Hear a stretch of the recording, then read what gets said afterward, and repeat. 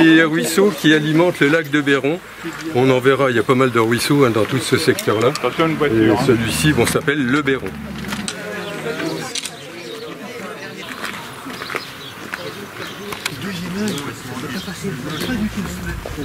Moi je pense que c'était au niveau des centres de. J'ai un deuxième lavoir, parce que vous en avez vu un tout à l'heure.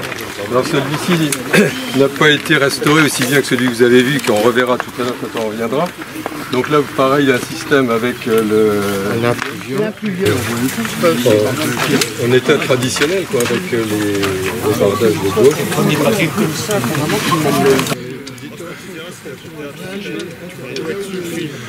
Des étangs des Vivaudières, il y a deux étangs relativement importants qui se situent dans ce vallon là, et on va prendre un petit chemin pour 50 mètres d'ici pour monter sur la rive de façon à voir le premier étang. Le deuxième étang, on l'apercevra après quand on va partir vers Aumont. Sinon il faudrait aller recontourner de l'autre côté. Mais là on pourra déjà avoir une vue, et là il y a le déversoir qui se trouve là. Et après, je trouve que ça va nous raouter, non?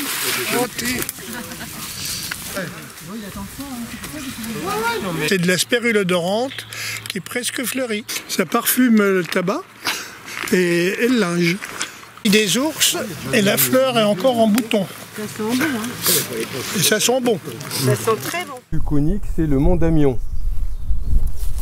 Et Aumont, c'est un tout petit village. En 2014, on recensait 77 habitants. Alors c'est un site régional de grande importance. Dès le Xe siècle, il y a une première forteresse qui commence à être bâtie.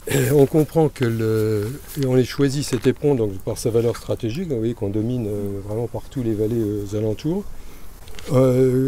Quand il y a eu la séparation de l'Empire Charlemagne, et il se trouve que Aumont se trouve en Lotharingie et Vendresse, qui n'est pas bien loin, se trouve en Francie.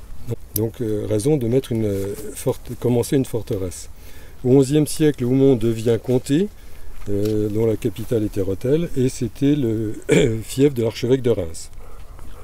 Au XIIIe, on continue toujours des travaux très importants, et la forteresse, là, vraiment, vient aller coiffer tous les ponts rocheux.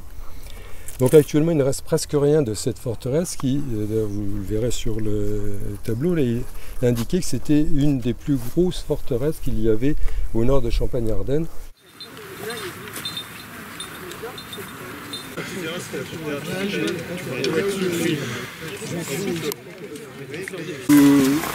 À l'entrée du pont des Morts, et on est déjà dans la forteresse. Mais c'est des gendarmes et ils marchent souvent par deux. Il faut mettre le doigt pour savoir si ça pique. Il y a aussi des pyrocores. Et tu sais qu'il a été fabriqué, même si c'est du... Donc l'étendue de toute la forteresse. Donc là on est tout en bout de forteresse. Il me semble qu'il y avait les bâtiments les plus importants avec le donjon. Et donc là on rappelle qu'on a une vue presque à 360 degrés sur tout le panorama de la région. Donc on vous rappelle aussi qu'Henri IV était là pour terminer le siège de la forteresse.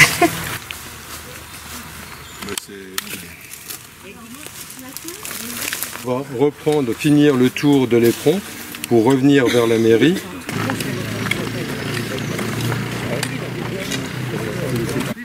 Calta des Marais. Ah oui.